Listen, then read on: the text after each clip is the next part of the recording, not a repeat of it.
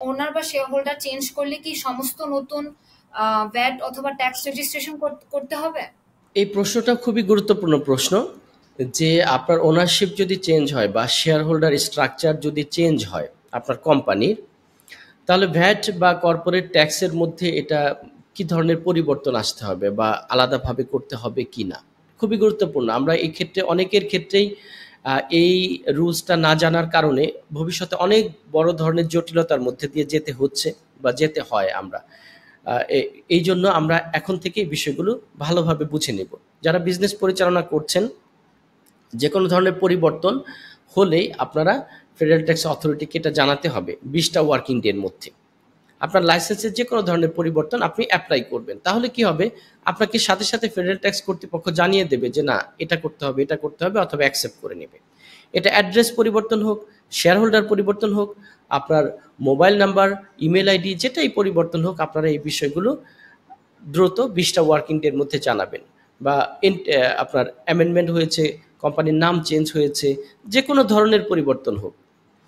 আচ্ছা, এখন প্রশ্ন আসি এই উত্তরে, যা শেয়ার হোল্ডারের যদি কোনো বা ওনারশিপ পরিবর্তন হয়, আপনি দেখবেন যে আপনার কোম্পানির লিগ্যাল ফরমেশন কেমন। যদি এটা সোল এস্টাবলিশমেন্ট হয়ে থাকে, তাহলে যদি ওনার বা আপনার এটা তো শেয়ার হোল্ডার থাকে না সিঙ্গেল ওনারশিপে, যদি ওনারশিপ চেঞ্জ হয় তাহলে অবশ্যই কিন্তু আপনাকে, কারণ সোল এস্টাবলিশমেন্ট কোম্পানিগুলো লিগাল এন্টিটি হয় হচ্ছে আপনার ন্যাচারাল পার্সন, আপনার নামে, যে যার নামে 100% কোম্পানির শেয়ার থাকে তার নামে ভ্যাট বা কর্পোরেট ট্যাক্স রেজিস্টার হয়ে থাকে।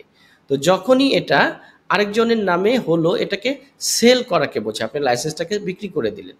যখন আপনি বিক্রি করে দিলেন তখন কিন্তু আপনার আর এটার উপর কোনো অধিকার থাকলো না, এটার উপর ভিত্তি করে আপনি টিআরএনটা ধরে রাখতে পারেন না, আপনাকে ডি রেজিস্ট্রেশনের জন্য অ্যাপ্লাই করতে হবে।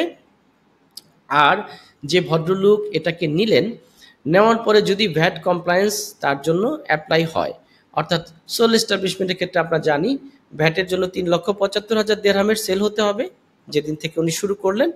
আর কর্পোরেট ট্যাক্সের জন্য আপনার 1 মিলিয়ন দেড়হামের উপরে থ্রেশহোল্ড হতে হবে যদি মেইনল্যান্ডে আপনার এই সোল এস্টাবলিশমেন্ট কোম্পানিগুলোর জন্য। তাহলে আমরা প্রথমত বুঝলাম যে মেইনল্যান্ডের সোল এস্টাবলিশমেন্ট কোম্পানির ভ্যাট কমপ্লায়েন্সটা কী হবে। মেইনল্যান্ডে আছে যদি আপনার পার্টনারশিপ কোম্পানি, শুধু পার্টনার্স চেঞ্জ হয়েছে, তাহলে সেক্ষেত্রে কি করতে হবে, সেক্ষেত্রে আপনার 20টা ওয়ার্কিং ডের মধ্যে আপনাকে এফটিএ কে জানাতে হবে। যদি আপনার এলএলসি হয় সেটার ক্ষেত্রে একই কথা, আপনি 20টা ওয়ার্কিং ডের মধ্যে এই বিষয়টাকে জানাবেন। তো এখন অনেক সময় হয় না যে আপনার এলএলসি কোম্পানি কিন্তু সিঙ্গেল ওনারশিপ আছেন, আপনার যে কোনো ধরনের পরিবর্তন আমরা বলবো যে আপনি চোখ বন্ধ করে 20টা ওয়ার্কিং ডের মধ্যে অবশ্যই এফটিএ কে অবগত করবেন। কিছু ক্ষেত্রে আপনাকে হয়তো ডি রেজিস্ট্রেশন করে নতুন রেজিস্ট্রেশন করতে হবে, কিছু ক্ষেত্রে আপনার অ্যামেন্ডমেন্টটাই যথেষ্ট থাকবে। আশা করি ছোট পরিসরে আমরা এই প্রশ্নের উত্তরটা দিতে পারলাম। ধন্যবাদ।